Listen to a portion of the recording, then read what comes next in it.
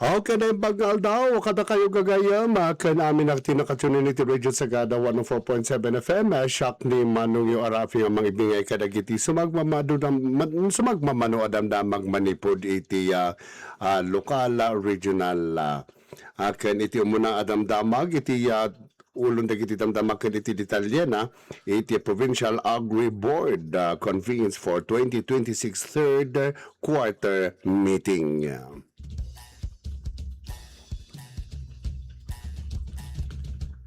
Iti Bontoc Mountain Province, the Provincial Agriculture Board convened for the third quarter meeting iti August 5.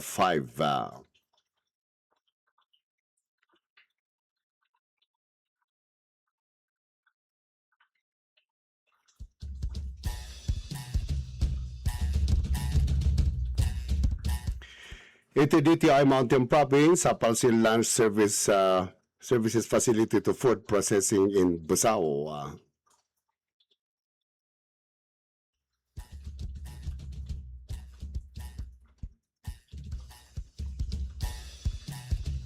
Iti detalye na papagayam iti Busao Mountain Province inlunsad iti Department of Trade and Industry DTI iti Mountain Province nga idaduluan ni Provincial Director Mabel F.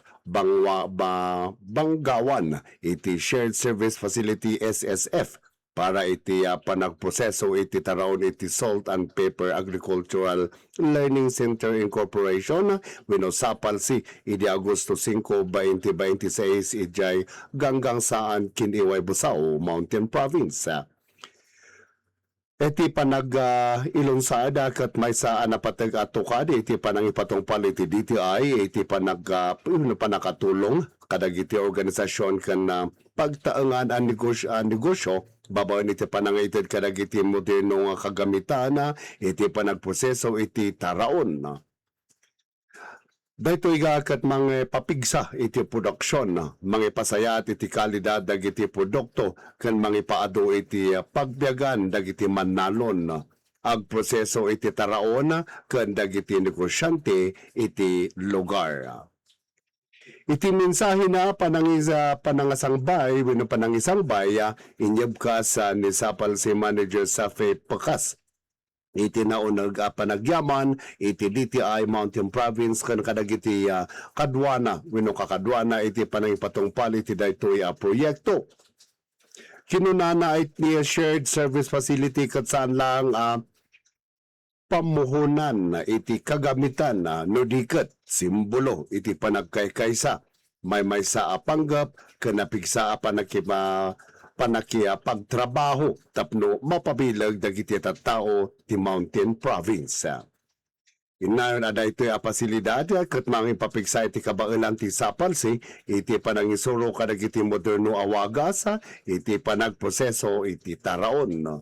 Tapno maitod kadagiti lokal producer ti access iti teknolohiya pagsasanay may tunos iti industriya ken adupay agundaway iti panang pasayat iti napaot a pagbiyagan.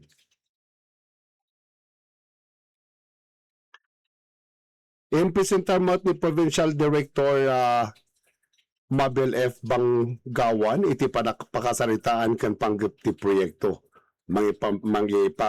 Pagganetget iti panggap iti Shared Service Facility Program nga itandudo iti panang pataas wenno panang pangato iti produksyon ken panakabalin a makipagkompetensya dagiti organisasyon babaen iti value adding technologies ken napasaya at panagproseso iti taraon.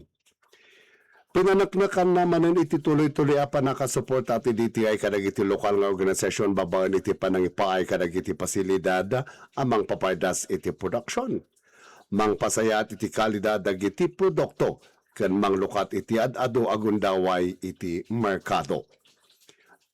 Nagipaay mat iti mensahe iti panang suporta ni Honorable Johnny Ambukay, Pangulo iti Komite iti Agrikultura iti Sangguniang Bayan ken ni Honorable Victor B. Songabon, punong barangay Tikiniway, indayaw da ti inisyatiba ken inpakita dati tuloy-tuloy pa nakasuporta kadagiti programa amang itagay iti agrikultura pangnegosyo.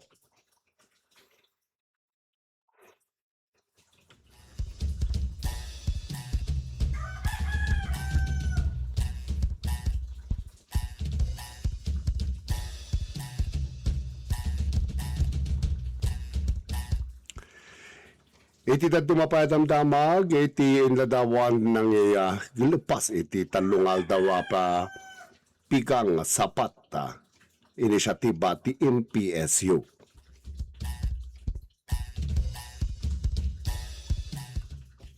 Iti matlang Bontoc Mountain Province, naikatan iti napintas sa panakapasnok, iti panakaitod, iti nasustansya at around kadagiti estudyante kan empleyado, iti Mountain Province State University, MPSU Bontoc, iti kalpas iti talungal daw pigang sapat wenno pinggang sapat small cups big hearts health today hope tomorrow nga inisyatiba iti Agosto 5, 2026 kaspasot iti ragsak iti nutrition month ken buwan ng wika.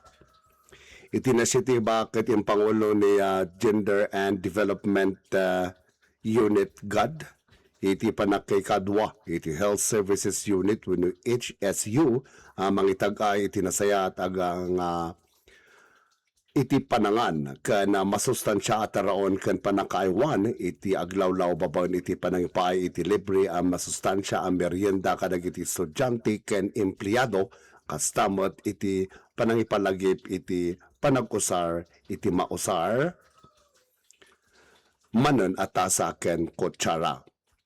Iti unag ti talungal daw, iti panangidaulo iti programa, inala dagiti estudyante dagiti merendada ijay Gimata Bridge, bayat dagiti empleyado ket naawat dagiti para kadakwada ijay Gender and Development Unit winugad.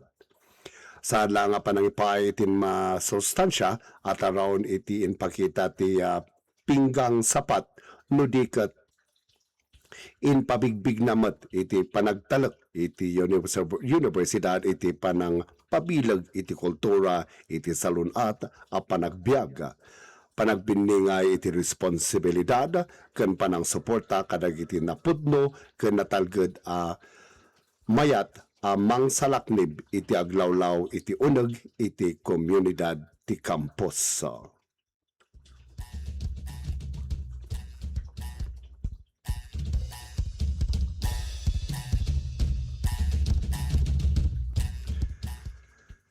Iti dadumapay lokal adamdamag nang ipaay iti libre serbisyo legal dagiti abogado ti IBP Mountain Province iti serbisyo caravan ken ugnayan sa barangay iti munisipyo ti Sagada.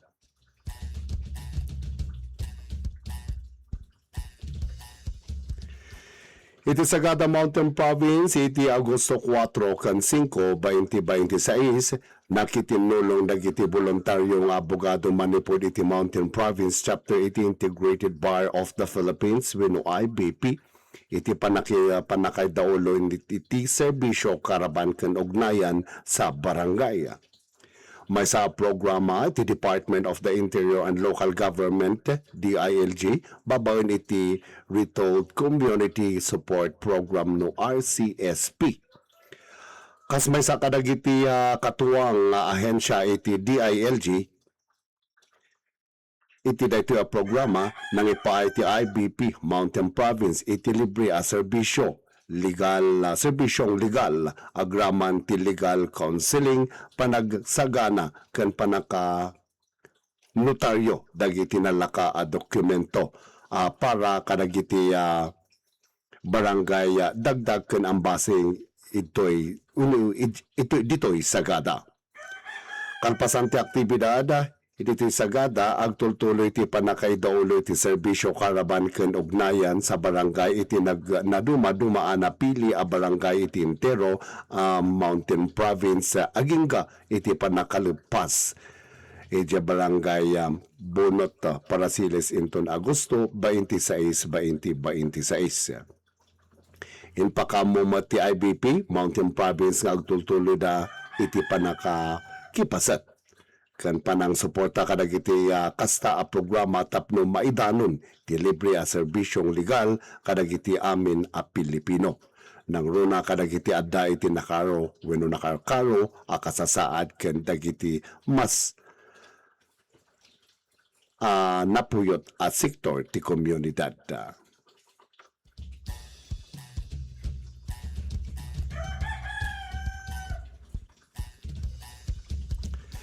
Iti dumapay damdamag iti inpakamo ti Mountain Province State University in PSU nalukatanon iti panag-aplikar para iti 70 scholarship slots babaen iti tulong dunong program wenno TDP para iti academic year 2026-2027.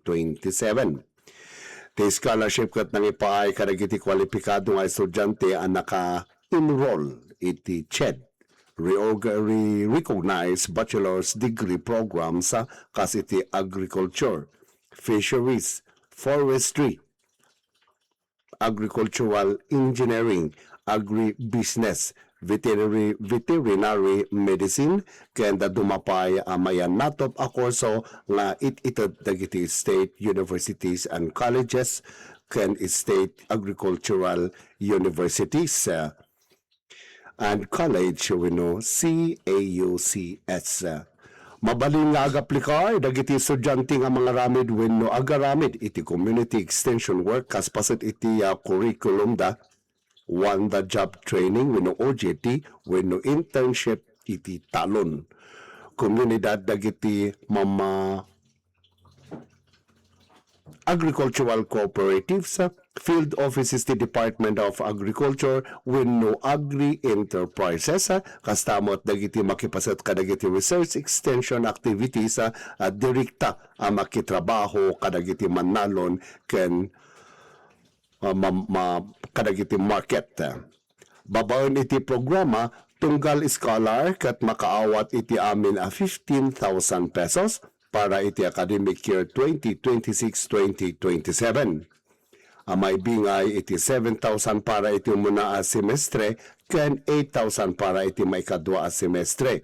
Iti tulong pinansyal kat may patulod a direkta iti bank account ti estudyante babaen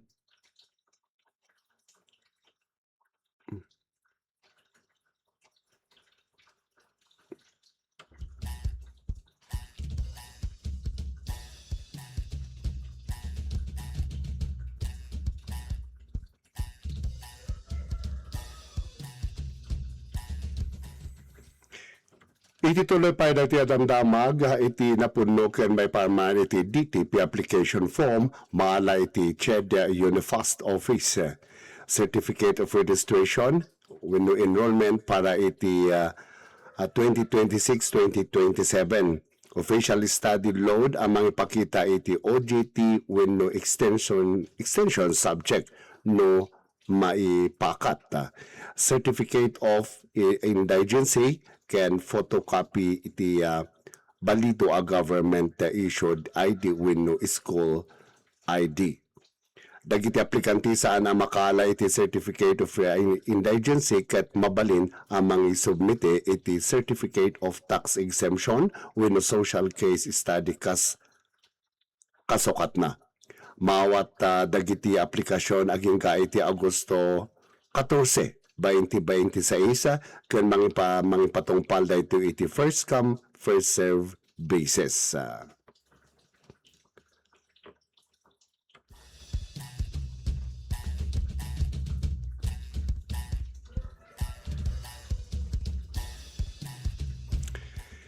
Iti dumapay adamdamag iti inagkat dagiti police ken military ti barricade a kontra pagmimina ijay Kasibo, Nueva Vizcaya.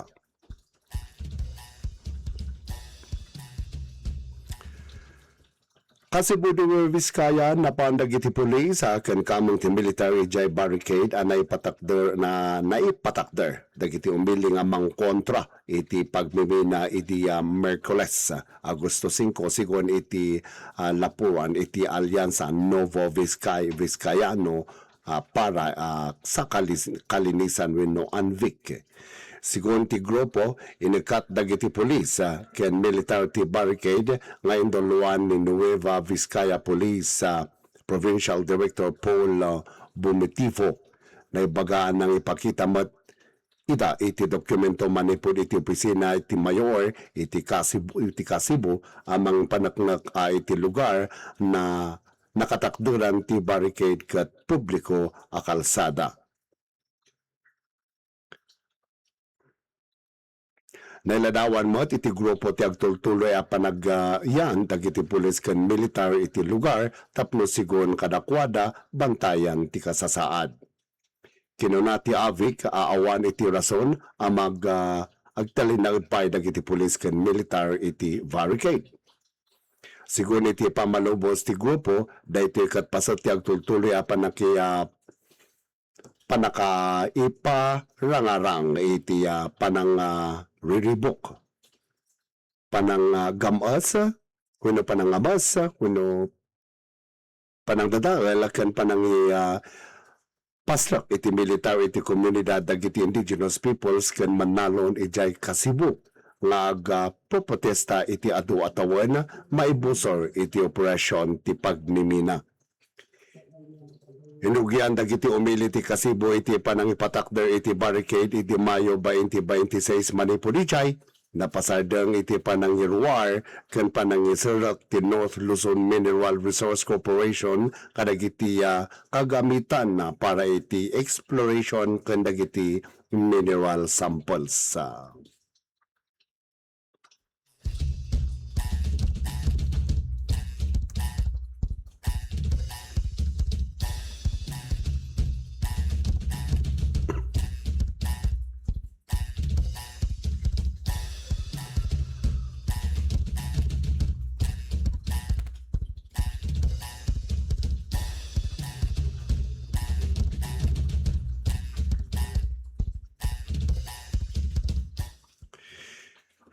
Iti dumapay adamdamag iti dumalan dagiti pangulo ken mangikadua dagiti umilya katutubong ang pakita iti panang kontra iti baro nga FPIC guidelines. Nagtipon iti Merkules iti Quezon City dagiti pangulo ken mangikadua manipod iti 19 nagduduma tribo kadagiti umili nga katutubo wen indigenous peoples. Iti Pilipinas tapno mangisayangkat kadagiti tradisyonal a ritual ken dumapay a kultura a pagilasinan iti panangipakita iti panang kontrata da iti baro of free, prior, and informed consent when FPIC guidelines nga impablaak ti National Commission on Indigenous Peoples NCIP. Kinuna dagiti grupo ama mapakapoy iti proseso ti FPIC nalaklaka ang makasrak dagiti dadakkel a negosyo ken dagiti proyekto iti panagduasa kadagiti daga tawid dagiti katutubo kabakiran ken dagiti lugar a nabaknang iti nagduduma a kita ti biyak wenno biodiversity nga awan iti umno nga konsultasyon ken panangusisa sigon kadakwada. Daytoy ket mabaling nga mangikat iti kalintegan dagiti umili a katutubo iti panagdesisyon ken panangituray kadagiti daga at tawid da kastamot amang panganib iti aglawlaw para lang iti pagimbagan dagiti korporasyon. Naingat pa daytoy abanag agaputa manamnama ama mailapas iti bulan iti Nobyembre iti Paxilia Silica Artificial Indigenous Intelligence Hub. May sa proyekto iti Pilipinas ken Estados Unidos iti 1,600 hektarya a proyekto ket may bagbaga makaapekto iti muna na record a komunidad dagiti umili a katutubo iti Kapas Tarlac daytoy ket nang ted iti adupay apakasaknan kadagiti pangulo dagiti katutubo ken dagiti mangsalaknib iti aglawlaw may papan iti panakasalaknib dagiti daga at tawid ken dagiti kalintegan dagiti komunidad a maapektaran.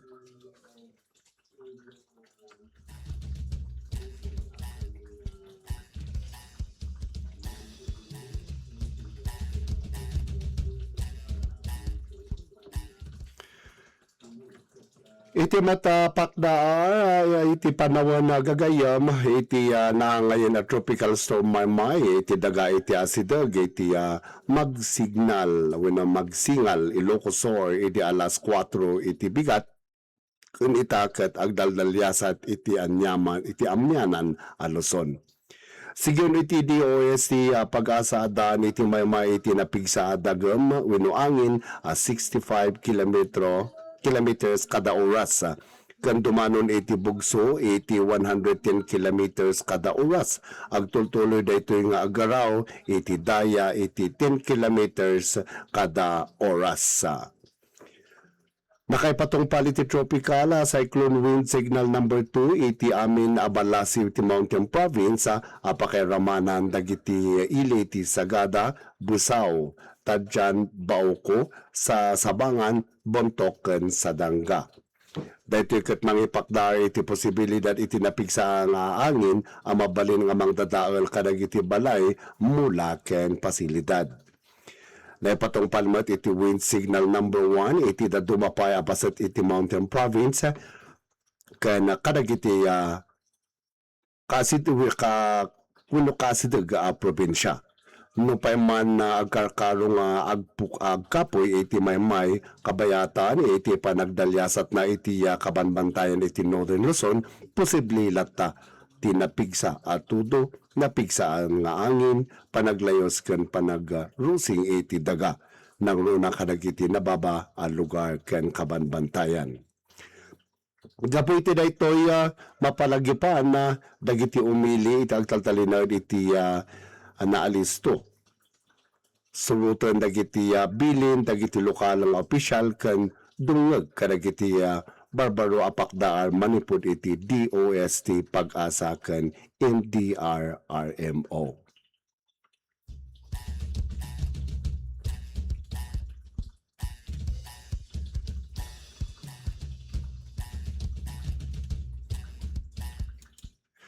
So dagita pa lang dagiti damdamag may bingay tayo itatang aldaw nambang aldaw kada kayo aming awan labas sa itinang bingay kiti damdamag awan sa bali ani manong iyo arafi gagayam ken kakailan ken amin anakatunin iti Radio Sagada 104.7 FM.